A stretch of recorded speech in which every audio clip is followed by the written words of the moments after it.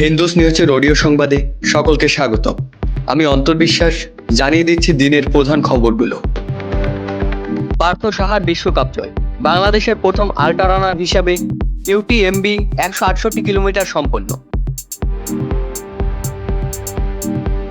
থাইল্যান্ডে অনুষ্ঠিত ইউটিএমবি Chiang Mai 2025 ultra trailer প্রতিযোগিতার সবচেয়ে কঠিন 168 কিলোমিটার ইভেন্ট সফলভাবে সম্পন্ন করে ইতিহাস সৃষ্টি করেছেন বাংলাদেশি আল্ট্রা রানার পার্থ সাহা। তিনি এই প্রথম বাংলাদেশি যিনি এই আন্তর্জাতিক মানের প্রতিযোগিতার দীর্ঘতম ও দুর্গম পথ অতিক্রম করলেন।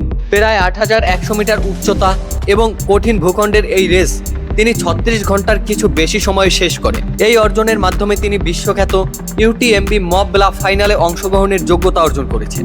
বাংলাদেশের আরও কয়েকজন দৌড়বিদ বিভিন্ন ক্যাটাগরিতে অংশ নিয়ে সাফল্য লাভ করেছেন। আসন্ন নির্বাচন, নিরাপত্তা সংখ্যায় সংখ্যালঘু সম্প্রদায়, মূল দাবি জীবন ও সম্পদের সুরক্ষা।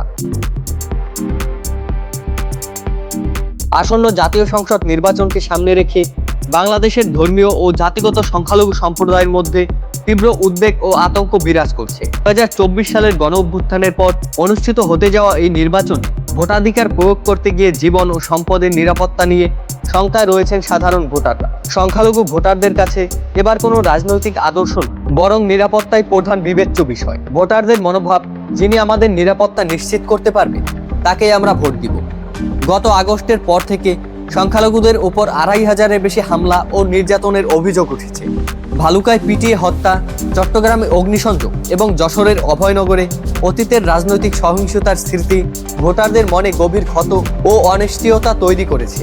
বাংলাদেশ হিন্দু খ্রিস্টান ঐক্য পরিষদের নেতারা জানান, নির্বাচন চলাকালীন ও পরবর্তী সময়ে সংখ্যালঘু চরম নিরাপত্তাহীনতায় ভোগে। বিচারহীনতার সংস্কৃতি ও রাজনৈতিক দলগুলোর কার্যকর পদক্ষেপের অভাবে এই সংকট আরও ঘনীভূত হচ্ছে।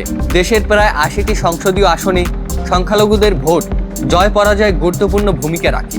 সংখ্যালঘু নেতারা রাজনৈতিক দলগুলোর কাছে একটি নিরাপদ ও অবাধ নির্বাচনের নিশ্চয়তা এবং সহিংসতা বন্ধে প্রকাশ্য অঙ্গীকার দাবি করেছেন।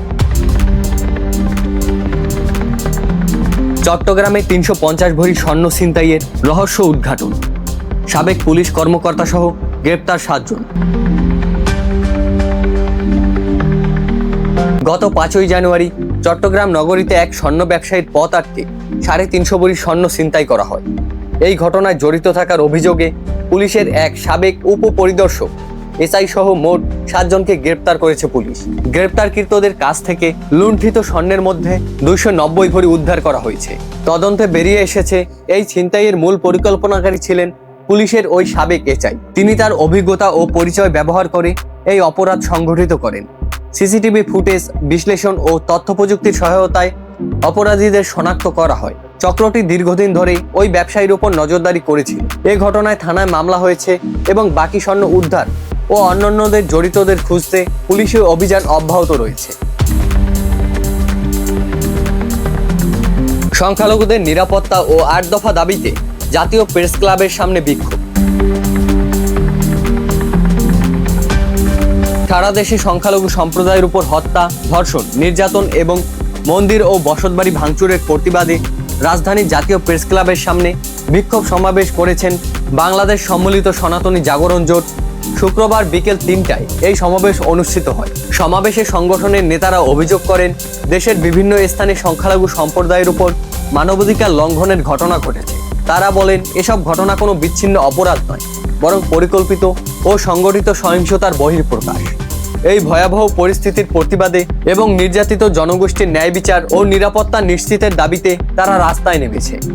সংগঠনটির প্রতিষ্ঠাকালীন প্রতিনিধি প্রসেনজিৎ কুমার হালদারের স্বাক্ষরিত বিজ্ঞপ্তির তথ্য অনুযায়ী সব কথার এক কথা, মানতে হবে 8 দফা।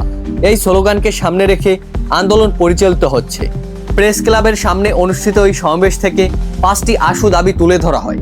এই ভয়াবহ মানবাধিকার লঙ্ঘনের বিরুদ্ধে নীরবতা মানেই অন্যায়ের পক্ষে অবস্থান করা।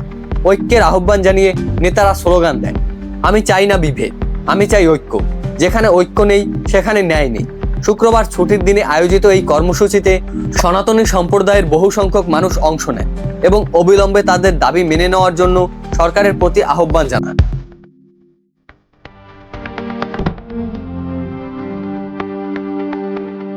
ধন্যবাদ সকলকে হিন্দুস নিউজের সাথে থাকার জন্য।